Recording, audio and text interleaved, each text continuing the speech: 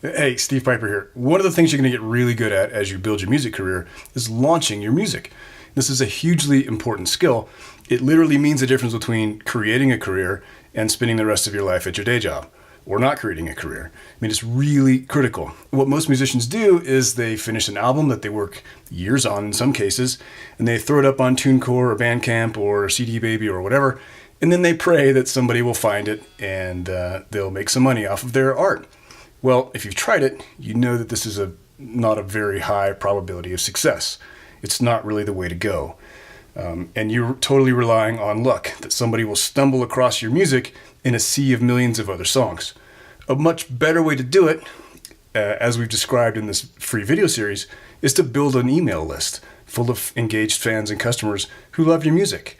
And then to launch your new music to that big email list full of fans and customers. And this is how to build a career.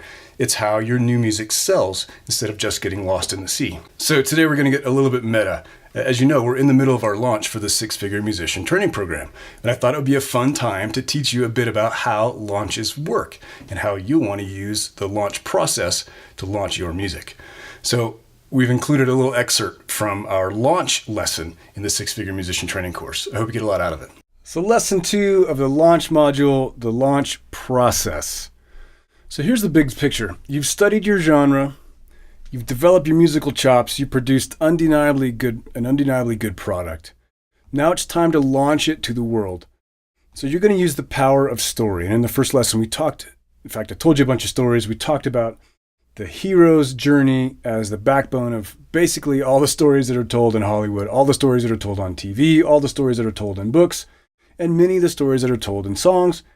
And we're going to use the power of story and the power of launch process. Launches are art and science. There's no two ways about it. But this process works in every digital relationship market, especially music. So here's the launch process. First, to your list of engaged, enthusiastic subscribers, you send them a regular update. Maybe you're telling a story, you're just keeping in touch, you're relationship building, and you casually mention something special on the way. And then, when it comes time to start your launch, you just tell the first story of your, let's say you're launching an album. You tell the first story of your album's creation, and you foreshadow story number 2. Can be in an email, it can be by video. Usually it's by video these days because video is so much more powerful than just the written word. And then, a couple of days later, you tell them story number 2 of your album's creation. And then at the end of that message, again, it's probably a video, you sort of foreshadow what's coming in story number 3. Then a couple of days later, here's the link with the video telling about story number 3. And at the end of this video, you talk about, this is the first time that you talk about the fact that you're launching the product, that it's going to become available for sale. You were just telling them stories of your creative process prior to this point. And then at the end of this 4th message to your audience, you let them know again casually that this is going to soon be available for them. And then in the next video, a couple of days later, you describe your freaking outrageous offer and you send people to buy. And I think you remember in the what do I say to my list lesson, the example that I gave you in the swipe file is of an offer to buy a t-shirt and 2 albums come free with it. It's an outrageously good offer. And now it's a premium price t-shirt. So it's not like there's no money changing hands here, but it's a great offer and a lot of people take me up on the offer. So you describe your offer and you send people the link to buy. Then a couple hours later, a couple of days later, depending on how long you're going to have this for sale, I generally recommend a couple of days, you just send a warning note saying, hey, the offer is expiring very soon. Remember, nobody does anything without a deadline. So you got to have a deadline. And then you end the offer. So we'll talk about all these steps in detail. First of all, the casual mention. Sometime during your regular updates, after you've told a fun story about something interesting, Just put a little PS in there. PS, we're working hard to put something together that we think you're really going to like. More details later, but we're really excited about it.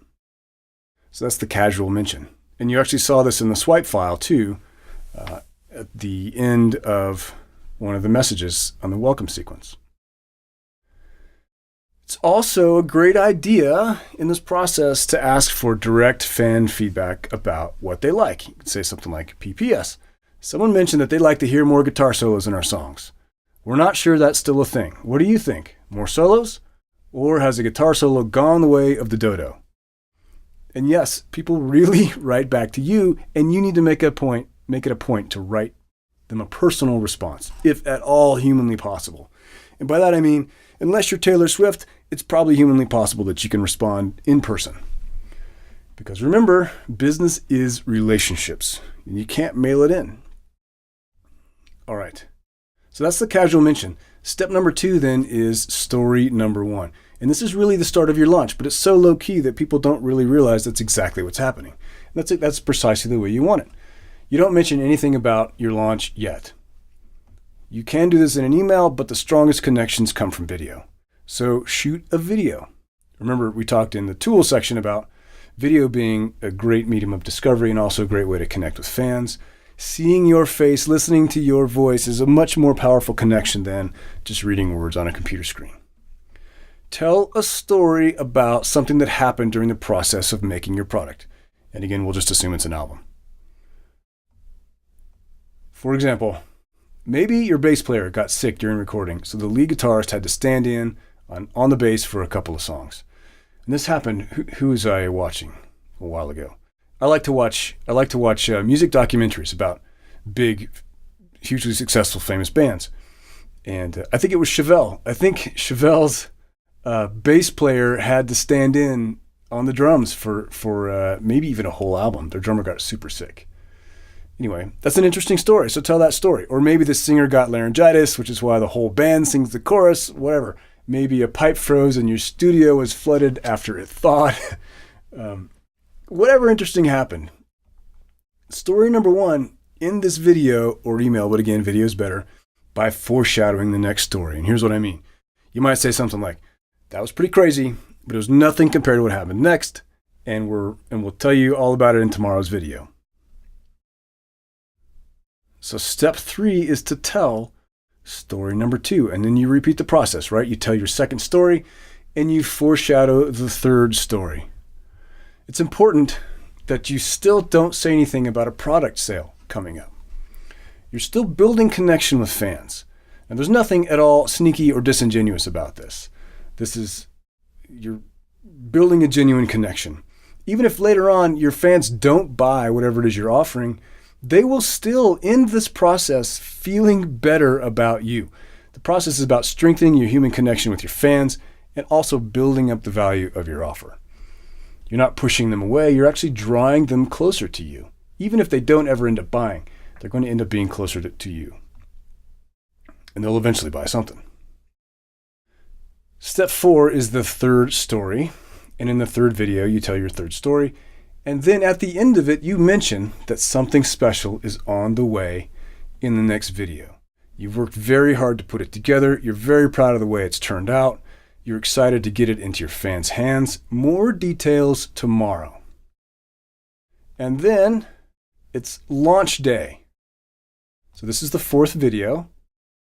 Read a few testimonials from fans about your music. Now, this isn't critical. If you don't have testimonials from fans, don't make them up. It's no big deal. But if you have them, by all means, use them. Build up the value of the music in your fans' minds. And you'll have received these via your email over the course of just your regular conversations with your fans. They'll tell you, dude, I loved that song. It was so awesome. I listen to it every time I work out. Or I listened to that love song during my breakup. Dude, I still can't listen to it without crying, but I absolutely loved it. It has a special place in my heart. Like all of that, they will tell you. People want to open up about their lives. Be sure, though, to ask permission to use these testimonials. And then in this 5th video, you describe this amazing offer. So here's the protocol for launch day. You build the value with testimonials. You describe everything they get, And this is in the last video that tells them exactly what you're offering. Describe everything they get. This should be a really great offer with lots of bonuses, like a t-shirt and 2 albums, plus the behind the scenes video for the price of just a t-shirt. That's one great example. And then reveal what the price is. And don't apologize for that price. Dude, you put your heart and soul into it. Don't be like, oh yeah, and I know it's, $19 is a lot of money, but blah, blah, blah. No, that's the price. Reveal it with confidence. And then right away offer a money back guarantee. And mention that the offer ends very soon. And then tell them to click the buy button. Really. Say, scroll down and click the buy button. It'll take you to the checkout page. Right away, you'll get your digital downloads and your t-shirt will be on its way to you in a heartbeat. Now, you've told them what the offer is. You've told them that it's a limited time offer. Your cart is now open. In other words, a sale has started. People can go and buy. Lots of people will go right away, but many, many more people will not. They'll be like, oh, that's a great deal. That's a great deal. And I do like these guys, and I like their music, and I want to buy this album. But I think I'll do it later, because right now, I don't know. I just don't like partying with my money. Or right now I've got something else to do. We all need a deadline, so something bad has to happen after that deadline, right? So a couple days later, after you open up the sale, you send this note saying, hey, the offer ends soon. Maybe the offer goes away completely. Maybe the discount ends. Maybe you run out of these new t-shirts designed by that great Russian designer and you don't know when you'll get another shipment. Or maybe the VIP bonuses go away. Whatever it is, something bad has to happen after the deadline. It has to be a real deadline. So send a reminder that the shopping cart closes soon. Let them know you're running out of t-shirts.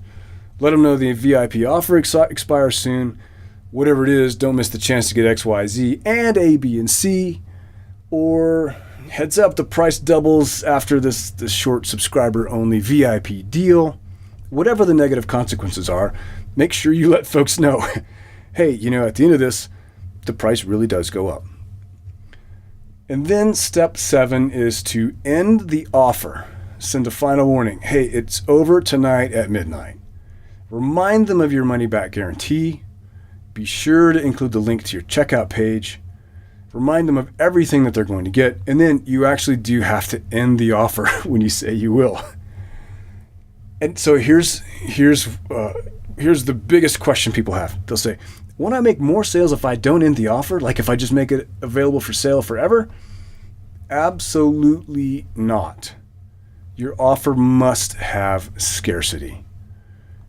If it's available forever, I will never buy it. I've seen this own behavior out of myself. And again, I've been in business for a really long time, and I know how people behave. Even knowing how people behave, I still observe the behavior in myself. If it's available forever, I will never buy it. If there's no scarcity, I'm not going to buy it. And you're probably the same way. This is how most humans operate.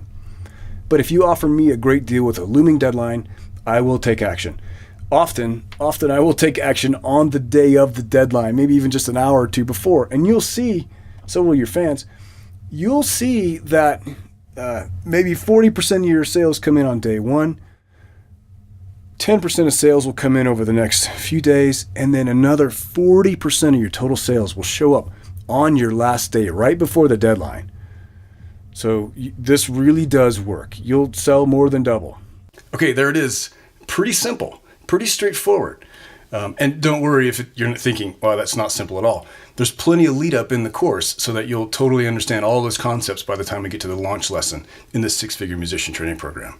But like I said, launching your music is hugely important. It is the difference between building a career and not building a career as an indie musician. Okay, our course enrollment or launch for the 6-figure musician training program is about to come to an end. So if you haven't already, I'd encourage you to click the button below and join us on the inside.